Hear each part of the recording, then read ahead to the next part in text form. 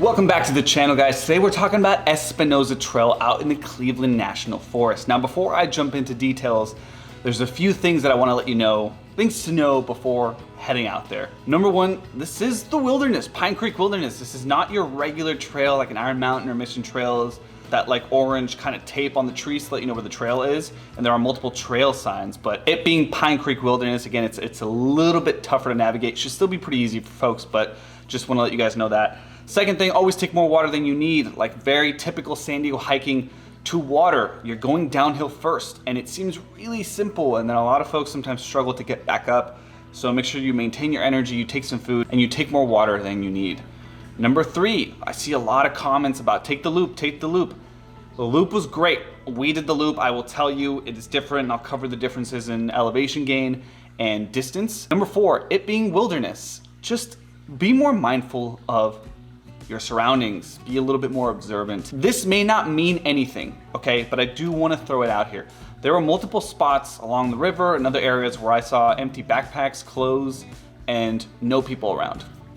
What that means, everyone, you know, I'm sure people have different opinions about what it could mean. I'm not gonna put my opinions out here. All I'm saying is I thought it was a little bit weird, and I urge you guys, when you go to these places that are just a little less traveled to, a little bit more in nature, keep an eye out, be observant, take care of yourselves. With that said, let's jump into those details. Espinosa Trail is a 3.5 mile out and back trail located near Descanso. Elevation gain is 488 feet, and the route type here is an out and back, as I just mentioned. Now, again, we did the actual loop, and you can see that on here.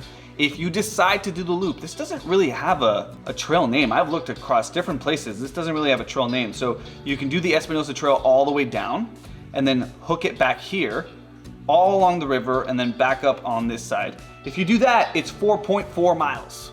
Elevation gain 740 feet. So a little bit different than what we're seeing here.